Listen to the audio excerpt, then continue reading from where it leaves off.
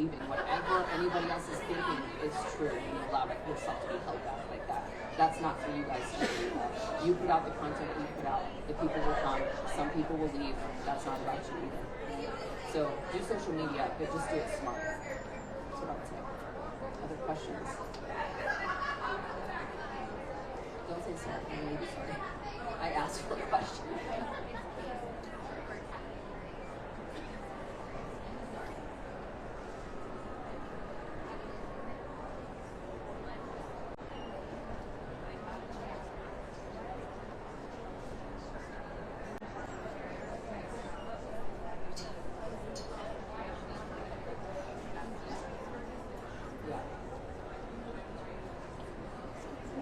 So she asked, what was the factor for me to get me from where I started to the Royal Crown rank really, really fast? Like, what motivated me? What pushed me? And what was it that she thinks like that made people kind of drawn to what we were doing? And I think there's a lot of factors there, but mostly what motivated me was freedom. I wanted to be able to have freedom and have a really different kind of life.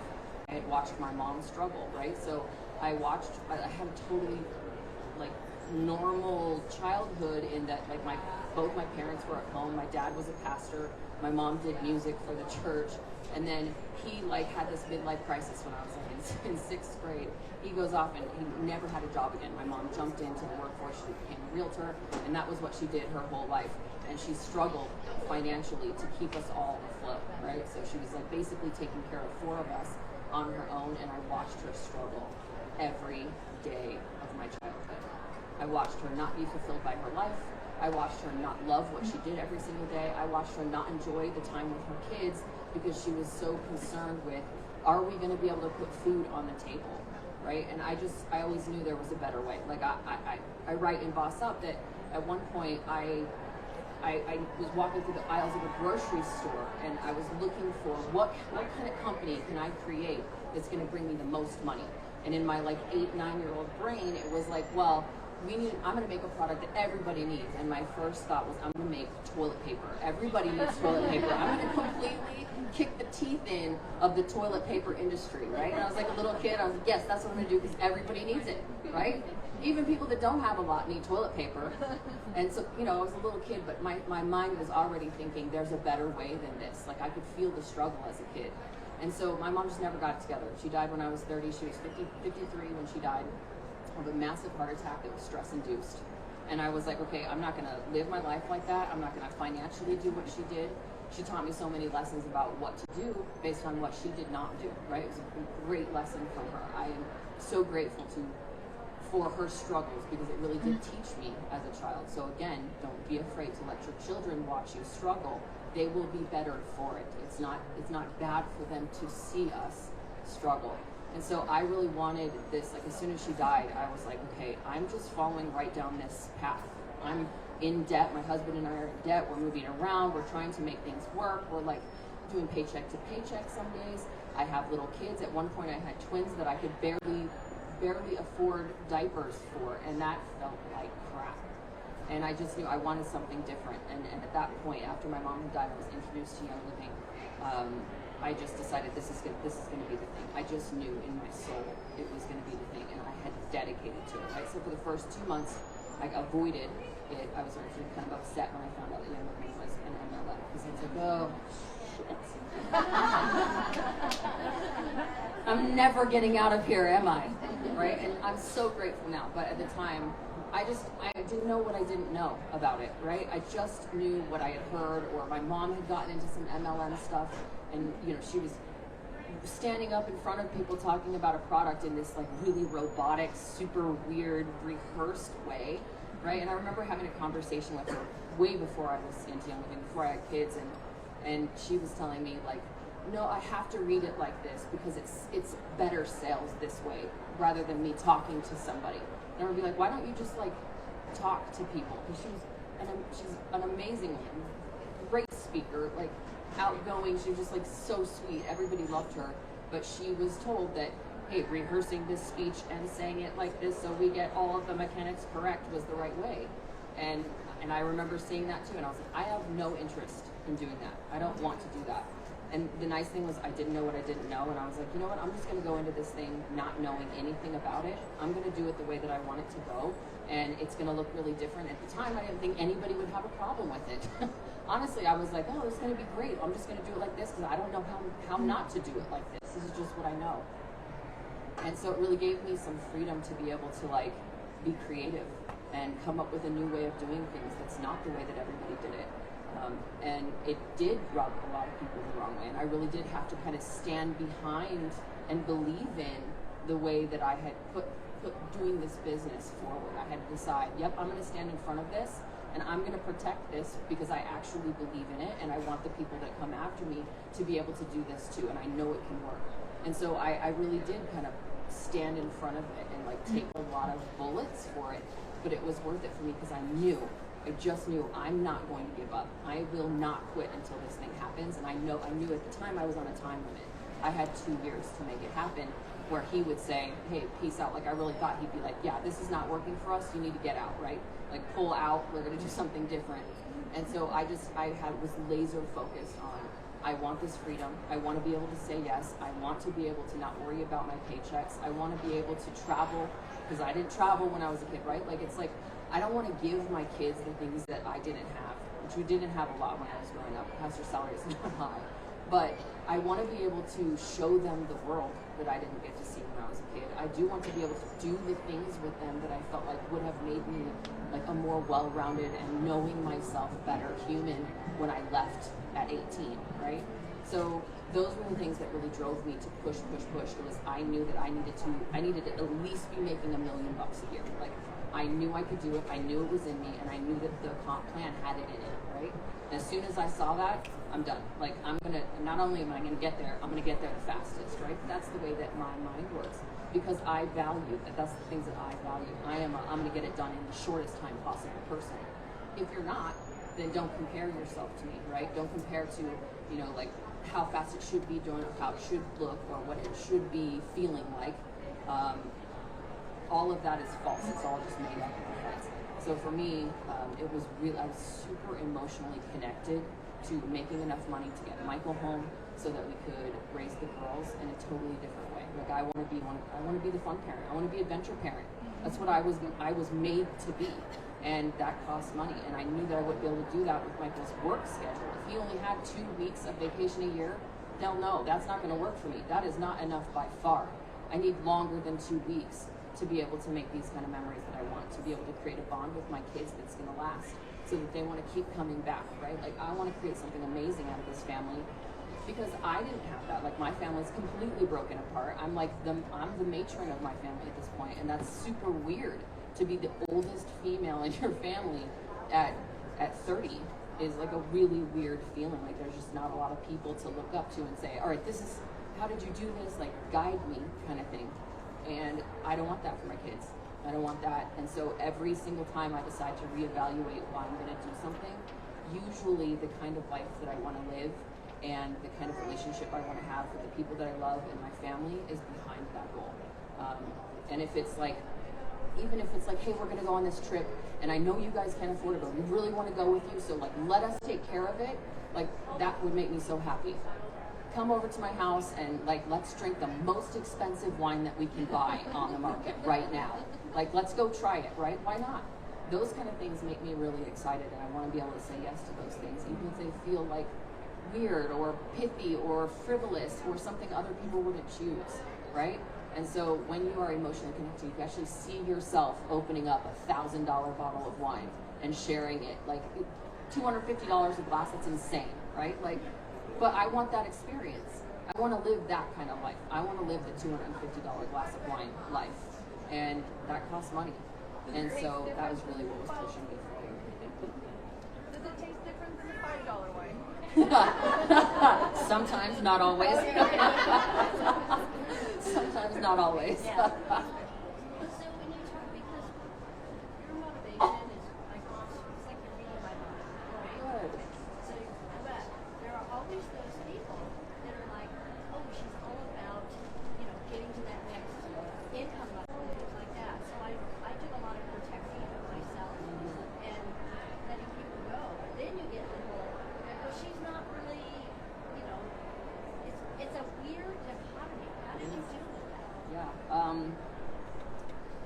not perfectly, for sure. I was not prepared. I'll tell you that. I was not emotionally prepared for how hard the fight was going to be to keep the lemon dropper thing going.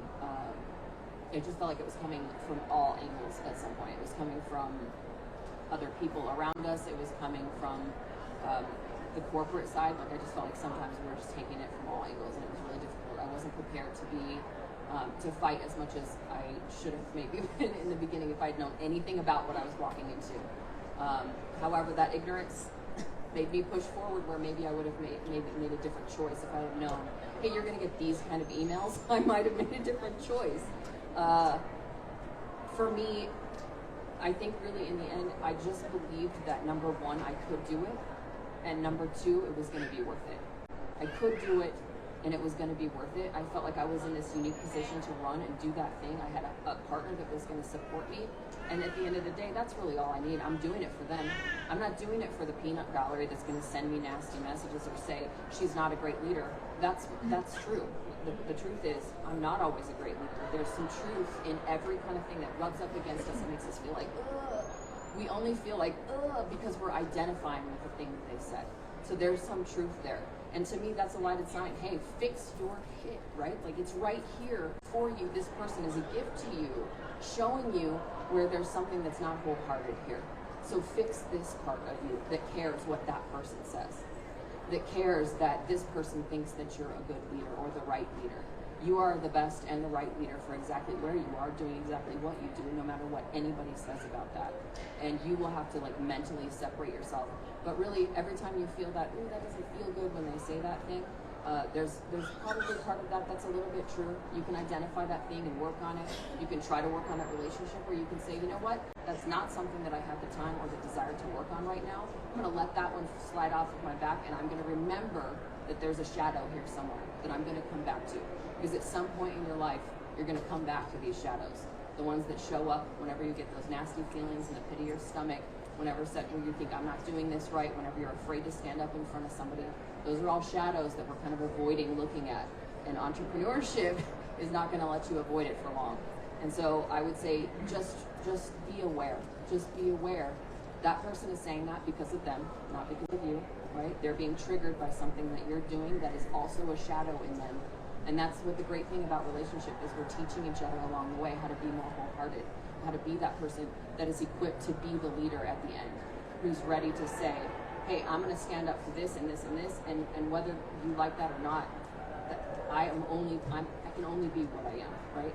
I don't have anything else in me than what I exactly am, and that's all I have to give, and it's either enough or it's not, and that's okay, right? You're so welcome.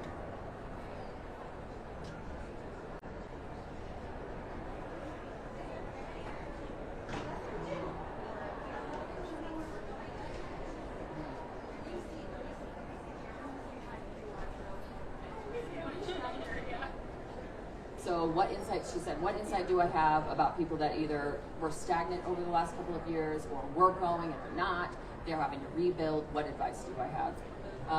I would say that honesty is the best thing that you can ever do. So if you've got a few people that maybe are doing business underneath you and they're kind of in, kind of out, but you've also been kind of in and kind of out, just be aware that that's across the board. All of us, all over the world, I think, have been kind of in and kind of out of our lives over the last couple of years. Like, it's been weird. We've felt weird. There's an energy shift here. Like, I even feel like the days are longer at some days. Like, hours are feeling different in my life at this point. There's just weird things that are happening right now. And so I think if you were to just be completely honest, hey, this is what I was super into, super growing. I was like ready to go. I was ready to happen, and then speed bump. And I took some time to get to know myself a little bit better, and now I'm ready to go again. Now I'm here. Now I've learned what I didn't know back here, so you better watch out, right? That confidence will matter in your business. And so I think there's nothing wrong with honestly saying, hey, I should have been here, you should have been here, water under the bridge, let's start over. Let's identify what it is that we want in our lives, how much money that's going to cost, and then let's put that number at the end of the line, right? Whatever it is. And it can grow from there. My first one was small, and then the second one was a little bigger, and then the third one was a little bigger than that. So it's never a finish line, but you should definitely know what it is that you're working for. And so I think that people that are still working right now, still running right now, they know what they're running for. And they know, even the people that left know what they're running for, and they know what they're looking for, and they didn't think they were going to find it here. Well, great, that's more for us. I say good riddance, right? Truth. They're not selling it anymore. That's what, 100 kits a month that are out there waiting to be scooped up? That's opportunity. It's just all about how you look at it. And so I think the people that are gonna be able to rebuild the fastest are the people that know what the hell they are doing here with every hour of their day. Michael used to say when he was at work, he used to tell his employees, like, I want to work really hard during the day so that if you ever took a picture of me working and you sent it to my wife, I wouldn't be ashamed of her being at home with the kids while I'm at work, because I'm jacking around at work, or I'm not doing what I should be, or I'm taking the time to get home. He really cared, right? And I want the same thing to be true for me. And so I take my business really seriously. In Boss Up, I talk about treating your business like a business, and I mean that. I don't mean this is like a thing where you're going to be half in, half out. You're going to have a really hard time building if you haven't made up your mind about what you're doing and how you're going to get there. So know for sure what you're doing here. Know for sure what you want and what feeling is at the end of the line, right? It's not really about paying tuition. It's about the feeling of saying, I can do that, and I can run a business at the same time. I can do the things that my parents never got to do, or do the things that they wanted to do, or the things that I felt like would be the best for me. And so I think that confidence is going to take you far, and I think behind that confidence is a real sure idea about what it is that you're looking for. I have a question. My first one is, what advice would you give to people that they're not necessarily like gung-ho, like I want to be a builder, however they want to share every now and then? Because I feel like if we had like lots of those people, like just sharing every now and then, that would be such a game changer as well, because it would help all of our teams. So what advice would you have to, let's say, a hair salon owner that just is not so savvy to go on Instagram and do those types of things, but they want to share? And how would you motivate that type of person or that business owner? So I would just give them the option. I would say, hey, listen, you're already set up. Like if they sign up as a distributor, like if they sign up as a brand partner, they're already signed up to make a commission, right? Like, so I would just say how easy it could be to accidentally get a couple $100 a month if you need it. Like maybe you're having like a slow month at salon. Maybe you'd like to take a vacation one day. I don't know. That's a crazy idea for a salon owner. You could do that if you had a couple extra $100 coming in every single month. It doesn't have to be this thing where you work all the time, right? You present it as it truly is. It can be a thing where you sell a kit here, sell a kit there. It doesn't have to be anything. You can say, look, you can do it yourself, or I'll do it. You can send them to me. I'll sign them up, and I'll kick you over a bonus if you want to do it that way. But I'm willing to help you. I'll help you craft any response that you want. I'll help educate you in any way that you want. The choice is yours. But I say, hey, what's an extra $100 or $200 every single month? You could do that while you're sitting with people in a chair, right? Put some rosemary in their hair, right? Like, it's just like, make something that's your own that you want to sell, maybe a blend, something like that. Something to like gather their interest that connects to what they actually do, and then present it as it really is, which is a no limits option to making money. However you want to do it is however you can do it.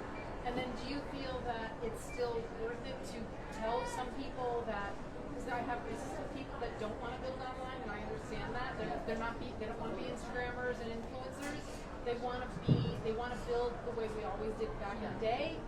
So those people, I feel, I want to understand from you, like, how do you approach that? Do you meet with them in person, business-wise? Like, how do you do that? No, I wouldn't. I wouldn't, because that's not how I want to do business, right? That's how they want to do business. So I would present them the options of how it's possible. Hey, you want to do that? Here's 4 or 5 people that I know that built just like that, right? You want to do that? Here's 4 or 5 people that I know that did that. That's awesome. Here's how I did it. I'm willing to help you in any way that I can, right? I'll be a resource for you, but am I going to meet you every single week? No, I am not. If you want that from somebody, there's probably somebody out there that will do that, right? There are some people that are sitting right here that are willing to meet somebody every single week. I personally, I just don't want to build my business like that. So there's no wrong way. The great thing about this is that there is an infinite number of ways to build this business, and all infinite number of them are the right way. And so I would just present them with that, hey, there's no limits here. Whatever you can think about, that's exactly what you can do. And so for me, that's how I would lead. Not in a, I'm going to do it how you want to do it, but I'm going to support you to do it how you want to do it. Anyway, does that make sense? Yeah. Okay. All right, other questions? Anybody else? Anyone else? I know you guys got to get out of here, right? You have a 1 o'clock you got to get to. Okay, well, feel free. You guys can take off. I wanted to sit and ask questions and answer questions. You guys got them, but I also want to take your time. So, you guys good? Yeah.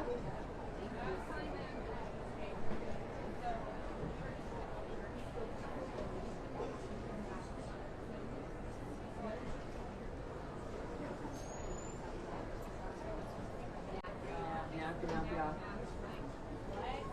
I appreciate that. There's lots of videos out there. Like there's tons of resources now for like strategic stuff. Yeah, well, you're so welcome. I'm glad that you loved it, and I'm glad that it changed your business. That's everything that I want. I truly do want everybody to be as successful as they want to be. Whatever it is that you want, that's what I want, and not 1 penny more. Not 1 penny more. Whatever it is that you want, that's what I want. If you want your paycheck to be $50 a month, I'm great. You want to get your oils paid for every month, that's what I want too. You want to make $1 million, I'm behind that too. Whatever it is that you guys want, as long as you know what you're working for, I don't really care, right?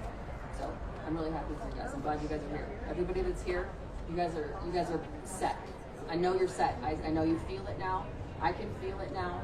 I love having this place where we're back. I feel like we're back a little bit.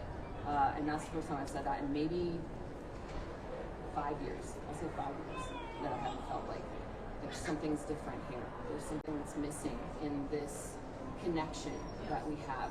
And that's missing this year. And so that to me is a really good sign.